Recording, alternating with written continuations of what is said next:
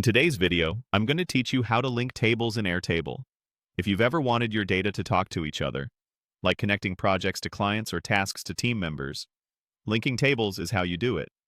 This creates relationships between records inside the same base, so you can avoid duplicate data and keep everything consistent. Start by heading to Airtable in your browser and signing into your account. Once you're in, open the base that contains the tables you want to connect. A base is like a single workspace for a related set of tables. Think of it like a project file with multiple sheets. Next, choose the table where you want the link to live. For example, if you want each project to reference a client, you'd start in the Projects table. Decide where the link should go. You can add a new field, which is usually best for clarity, or edit an existing field if you're repurposing it. Give the field a clear, descriptive name so teammates instantly understand what it links to. When you set up the field, change its type to Link to another record. This is the special field type that creates relationships. You'll be prompted to select which table you want to link to. Pick the one that holds the records you want to reference, such as clients. Remember, links only work between tables within the same base. Before saving, configure the linking options to fit your workflow.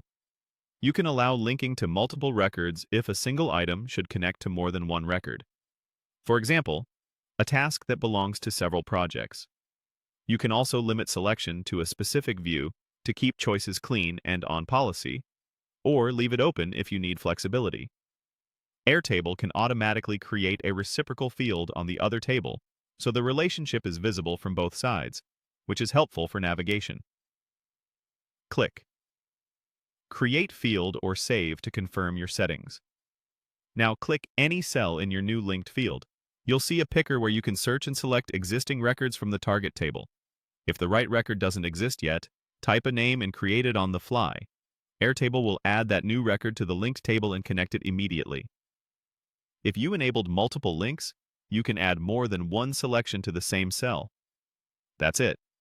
You've linked your tables, making your base smarter and more consistent.